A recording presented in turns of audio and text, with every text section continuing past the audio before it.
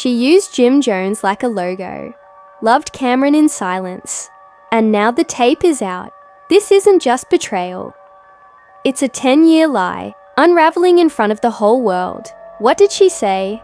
Oh, nothing significant, but she admitted to using Jim Jones as a pawn while playing around with Cameron behind the scenes for years. The worst part is that Cameron taped it on. They thought the movie was fake and that Cameron would never cross that line. But then the audio came out raw and unedited, and let me tell you something. It didn't just expose Chrissy Lampkin, it shattered everything she tried to keep hidden. The problem now is whether this was all set up from the beginning or whether Cameron played the long game. This isn't love and hip-hop drama. Rather, it's courtroom-level treachery with studio receipts, burner-ups, phones, and a voice memo that could destroy a whole career. Jim Jones didn't cry or scream. Instead, he just sat there listening, as if he had just watched his entire relationship brand, and his reputation burned to the ground, and he was powerless to stop it. What's worse than a breakup is a publicly revealed betrayal, and that's exactly what happened between Chrissy Lampkin Cameron and Jim Jones, in a scandal that has not only rocked Dipset to its foundation, but also has the internet wondering if everything was a lie. It started like any other complicated internet rumor, with a few murmurs and a dubious direct message leak. Suddenly, an audio file appears. Not just any audio, but a private time-stamped, unedited video of Chrissy Lampkin allegedly telling Cameron, not Jim Jones, that she never stops thinking about him.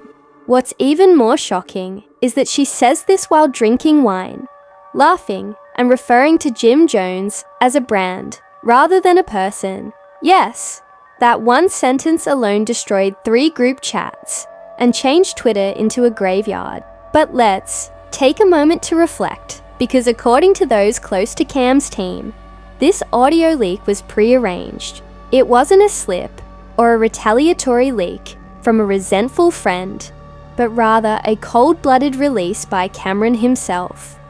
This is because, apparently, Cam has finished playing nice, seething beneath the surface. For more than 10 years, the culture once admired Dipset's brotherhood, but behind the scenes, there was a business dispute, creative differences, and yes, women caused a huge rift between them. However, for years, both sides kept it cool until now. Music. Now let's talk about the audio itself. According to people who have listened to the entire Chrissy's voice, is crystal clear in this video, with no distortion or editing. As she says, Jim still believes I'm in love with the concept of us, but he doesn't know I've been gone for. I've been with him in interviews for a long time, but with you when it's genuine.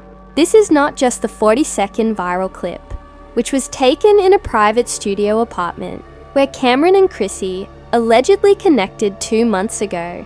Then, as if this isn't just a controversy, but a soundtrack to sabotage.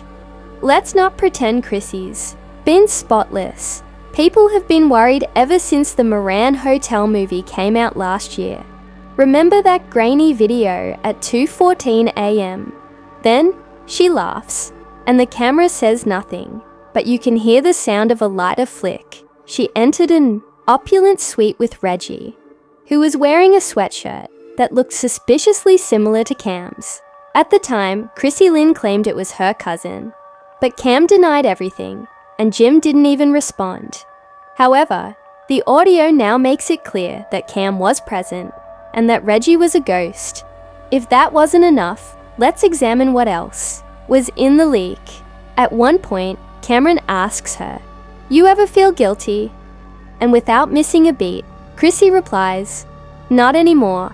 I gave him everything for 10 years. Now I'm doing me." Apparently, that doing me includes Chrissy Lampkin, a former VH1 employee who had been complaining for years that she felt constrained by Jim's image. One former producer said Chrissy wanted to rebrand, but she didn't want to be the main act. instead of the supporting fiancé for a longer period of time. And guess who gave her the attention? According to sources, Cameron had been keeping tabs on Chrissy Lampkin for months, on private planes, burner phones, and secret conversations. One insider said that instead of just dragging her, he handled her like a CEO, switching a rival brand. This brings us to Jim Jones, who discovered it live. Stream yes. He wasn't given a heads up or a courtesy call. He was in the middle of discussing his new album when his assistant handed him a phone and said, Jim Jones stopped, looked down, played the audio once, then again, and just shut off. Instead of knocking over a table or running out, he looked at the screen and said, "That's her." Deepet fans all over the world were in that moment. It didn't end there. A few moments later, Mama Jones, Jim's own mother, took to Facebook Live. Her face puffy, her tone angry. Her message, I told my kids she wasn't right, but he wanted his fairy tale. Now because the internet did what the internet does, Reddit posts started to appear. I realized this wasn't just celebrity drama, but a real-time meltdown of devotion, legacy, and love. One user shared a recording from a 2018 Breakfast Club interview, in which Chrissy stated, "Cameron is like family. There's nothing like that between us." Well, honey, the receipts show otherwise. And what's even more stunning is that this may have been intentional. A brand collapse, no doubt, but also a brand transfer. Although it may seem unrealistic to think that Chrissy Lampkin and Cam were planning their own spin-off by secretly recording conversations, gathering clips, and gathering drama in real time to offer to streaming services.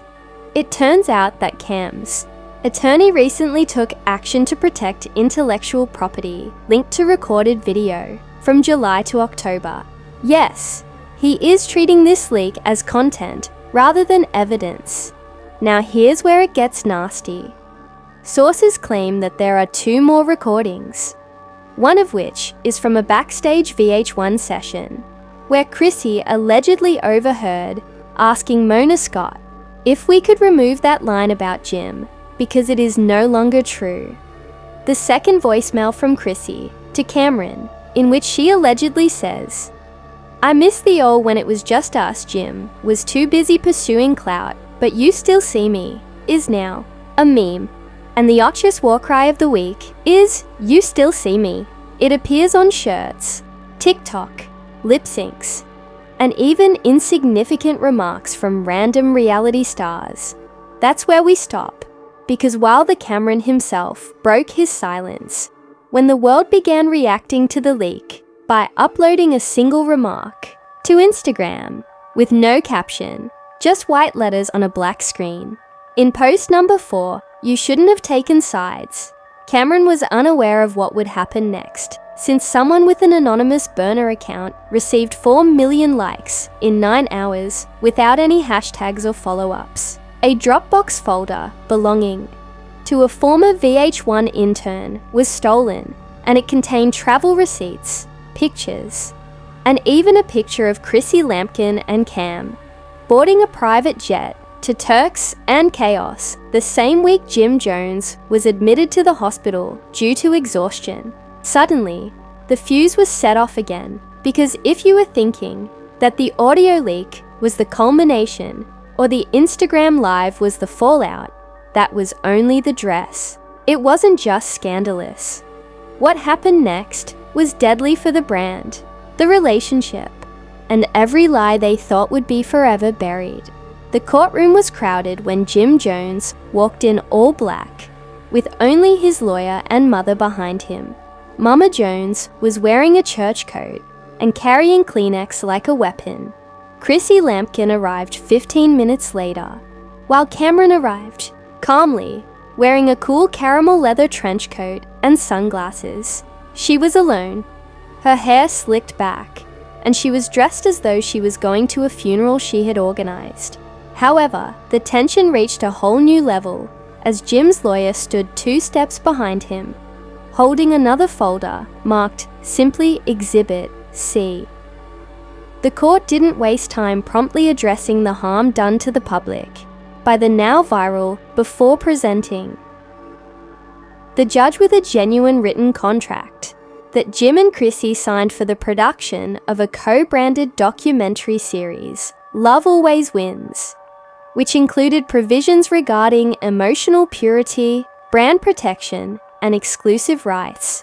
He first and demanded a gag order on all parties, claiming emotional harassment, brand exploitation, and intentional defamation, representation, the kind of paperwork that states that you don't just break hearts, you breach contracts. And the judge carefully read it page by page before glancing directly at Chrissy Lampin, where you were sexually connected to Mr. Giles and Mr. Cameron during the development of this series. She didn't blink or sigh, just nodded when she heard the word yes. The judge asked, "Were you aware that revealing this relationship could harm the credibility of your co-branded content?" Mama Jones screamed loudly and audibly in the courtroom, as if a soul were leaving the corpse. Jim Jones just stared down, his fingers clasped on the table, his lips shaking white. The judge did not answer, but the room did, and someone in the gallery muttered, "After she cooked herself." Another speaker yelled back, "She doesn't even care, and maybe she didn't," because what happened next confirmed. Cam's lawyer approached the bench with no warnings or theatrics, just quiet words that sent a shockwave through the courtroom. "We wanted to submit one last tape, and the judge approved it." The bay wheeled out a monitor, and everyone turned it on to sluggish static. Then, a voice said, "I love him, but not in the manner he requires. Jim wants forever."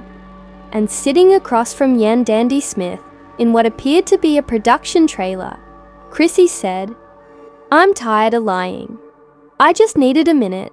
And the camera showed me that Yan Dandy looked uncomfortable, fidgety, then added, "You know this isn't going to stay secret, right?" Chrissy Lynn sipped something from a single cup and laughed. "If it leaks, it leaks.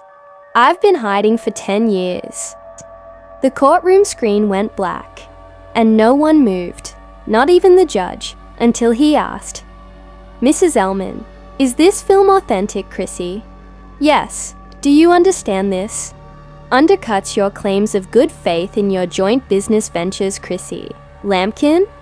The gavel did not go down, but the damage was done when Jim's team formally filed a countersuit, alleging emotional fraud, purposeful deceit, and brand manipulation that was not only financial and federal, but also personal. And just when things couldn't get any worse, a court. This court has received documents from Homeland Security, and Ms. Lamin is now a person of interest in an ongoing investigation alleging digital manipulation and nonprofit misappropriation related to footage cited in earlier hearings. The clerk intervened and whispered something in the judge's ear, and he nodded and said the words that turned the controversy into a probable criminal investigation. Mona Scott's assistant was sitting quietly in the back with a folder on the floor when VH1's attorney immediately stood up. "Your Honor, we object. This is outside the scope of this case." The judge dismissed the objection, but it will be addressed. Chrissy's attorney appeared to have been frightened, her eyes dropping to the table, her hands shaking, and her words mute. Cameron watched it all like a man at the movie premiere, directed himself in Jim, stood up, and turned to face Chrissy Lampin. The judge allowed Jim Jones to do so, and he simply replied, "Was any of it for me, or was I just the cover story?" Chrissy was unable to respond, because before Jim even left the courthouse door, the press was already on fire, and every filthy YouTuber in the world was already splicing the tape. The silence that followed was louder than the leak, louder than the audio, and louder than Cam's smirks and Mona's denials. It was the silence of a man learning that the love of his life was only committed to the scheme. The judge asked for a brief break. While the court was on recess, Cameron's team released a teaser trailer on Twitter, featuring a 30-second clip of Chrissy in a hotel room, wearing a dipping set hoodie, talking on the phone while on tour at gyms. Within minutes, the hashtag began trending. Chrissy Lemon admits Cameron was the plan, tossed Jim deserved better. VH1 then revealed Homeland, Cameron Files, and then came the final blow. Even the judge was worn out. He resumed proceedings, asking both legal teams for closing statements, and adjourned until final motions could be addressed next week. But in all honesty, the verdict had already been dropped in public. The other end's screen already goes downstairs, and the footage they tried to cover fades to black writing. Jim's mother, Jones, refused to speak to the media, but was seen sobbing quietly in the hallway. Chrissy Elkin left through a back exit without saying anything, only wearing a black hoodie, big sunglasses, and the silent realization that every confession Chrissy Elkin made would never be seen by the time Jim left the courthouse, because his team had already deleted all of Chrissy's pictures from his social media accounts, that her reality had turned into a cautionary tale. But Cameron didn't leave immediately. He stayed in the courtroom foyer, drinking coffee and talking to his lawyer, a smile never taking off his face. One journalist asked him, "Why now?" to which Cameron simply replied, "I waited for the appropriate conclusion." Then, like the credits, he left. We're playing in the background. A few hours later, a final leak occurred. Chrissy sent a burner phone text thread to a contact saved as MSY Mona Scott Young, saying, "Delete everything. He knows it's over," but nothing was deleted or archived, and now it belongs to the world. The brand shattered the truth, and it played repeatedly. 30 minutes later, everyone was back in their seats, but this time, the atmosphere had changed. No one looked at Chrissy Lampkin, the judge, the court reporters, or even her own attorney. She sat by herself, as though the air had thickened around her, as if guilt had finally set in. Jim Jones was sitting with his arms folded, with no expression on his face, no anger, no grief, just a man who didn't need to talk anymore, because the truth had already been shouted on his behalf. The clerk brought in a flash drive in an evidence bag, stamped HSI Homeland Security Investigations. While the devil was on lunch break, the judge unzipped the drive as if it were burning in his fingers, put it into the courthouse system, turned to the room, and this includes sealed. Everyone stood still when Chrissy's counsel objected, promptly, Your Honor, to surveillance audio and metadata files mentioning Miss Lampin, Miss Scott Young, and the handling of charitable donations connected to a VH1 connected organization established in 2021. However, the court shut it down once more. We're not talking about innocence here. We're talking about admissibility. And it's I told Mona to redirect the funds so Jim wouldn't know we used his name to promote the gala. The remaining funds went to managing post Proshin. The first file played was Chrissy's voice again in a phone conversation. The background noises matched a trailer that was probably backstage at a VH1 event. Another voice answered, frightened Chrissy Lampkin. "That's fraud," Chrissy said bluntly. "No, that's television." The tape Jim's lawyer got up again, Your Honor, and asked for urgent clearance to include these facts in our current action for brand defamation and emotional sabotage. The court nodded. Since this wasn't just a betrayal of the heart, it was possibly federal wire fraud. Jim's name, likeness, and reputation were used in charity mailings to redirect donations back into unapproved production expenses. VH1's lawyer said, "We were unaware of the financial routing. We had no knowledge of the secondary production, logs, or unsanctioned footage." After the motion was granted, he stood pale and was obviously perspiring. He muttered something to an assistant before turning to the judge and asking if they could address the court in chambers. The judge denied their request, stating that it was too big to be behind closed doors and that it was widely shared. The court asked, and Miss Scott Young, the spokesperson, hesitated to comment. Of course she couldn't, as Mona Scott Young had vanished from the public eye, leaving no emails or cryptic Instagram quotes. She knew the tidal wave was coming, and she was almost halfway to the bunker when the tsunami hit the courtroom. Chrissy Lampkin then spoke up, refusing to defend her position. I kept telling myself I could balance the image and display the true sentiments, that I could love him in public and recover in private, but I lost both aspects of myself. Jim didn't look at her once she started. Cameron was talking. She stood up alone, not to deny anything, but to admit that she had messed up. I messed up, she whispered softly. Not to the judge, not to Jim Jones, but to no one in particular. The judge allowed her to continue, possibly out of curiosity, or because this was the last page of a screenplay that no one wanted to write. Chrissy concluded, I don't expect forgiveness from Jim, the fans, or anyone, but I want the truth on record, because I'm tired of hiding behind. She was sincere, just like Jim Jones, but I stopped being real with either of them, and it turned into a machine, a show that I couldn't get out of. Scenes. She took a seat, and after a minute or so of silence, the judge said, given the seriousness of the evidence, the conflicting financial interests, and the possibility of ongoing harm to public bodies' reputations, this court will grant all claims for damages pending a final hearing, and this court is forwarding the non-profit case to federal authorities for further action.